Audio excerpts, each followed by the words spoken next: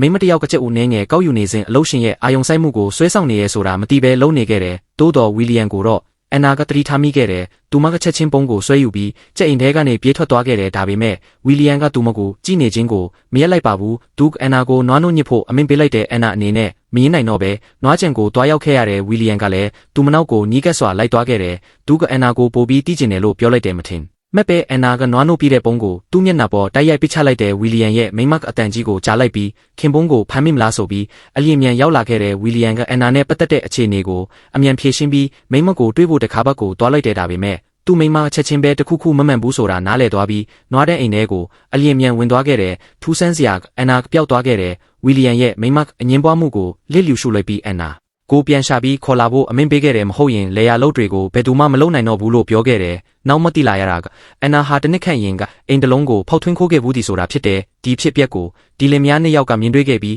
အဲ့ဒီချက်ကိုအတုံးချက်ကအန်နာကိုချင်းချောက်ပြီးလေယာမှာအလုံးလုံးစေခဲ့တဲ့တနေ့မှာတော့သူတို့နှစ်ယောက်အန်နာကိုမြေပြင်ပေါ်မှာသတိလစ်နေတဲ့အခြေအနေနဲ့တွေ့ရှိခဲ့တယ်။နွားချန်ထဲမှာဖြစ်ပျက်ခဲ့တာတွေကိုထုတ်ဖော်ပြောမတော့အောင်ဝီလီယံကသူ့မိမကိုအန်နာကခေါင်းထိခိုက်သွားလို့အမှန်မဟုတ်တဲ့စကားတွေပြောနိုင်တယ်လို့အမြန်ရှင်းပြလိုက်တဲ့ဒါပေမဲ့အန်နာသတိပြန်ရလာတဲ့အခါထူးဆန်းတဲ့အရာတစ်ခုဖြစ်ပေါ်လာခဲ့သည်သူမကဝီလီယံကိုတိုင်ကြားလိုက်တဲ့ဒါတာမကယနေ့ညမှာလာမဲ့ချစ်သူတယောက်ရှိတယ်လို့လည်းဒီလင်မယားကိုပြောလိုက်တဲ့အန်နာကငင်းစာပြင်ဆင်နေစဉ်ဝီလီယံကသူမဝတ်ထားတဲ့ပေါင်းဘီဟာထူးခြားနေတယ်ဆိုတာသတိထားမိခဲ့တယ်အဲ့ဒီယာသူ့ကိုအကြံတစ်ခုပေးလိုက်တာပေါ့ဒါပေမဲ့ဒီတစ်ခါတော့အန်နာကသူ့ရဲ့အကြံကိုနောက်မဆုတ်တော့ပါဘူး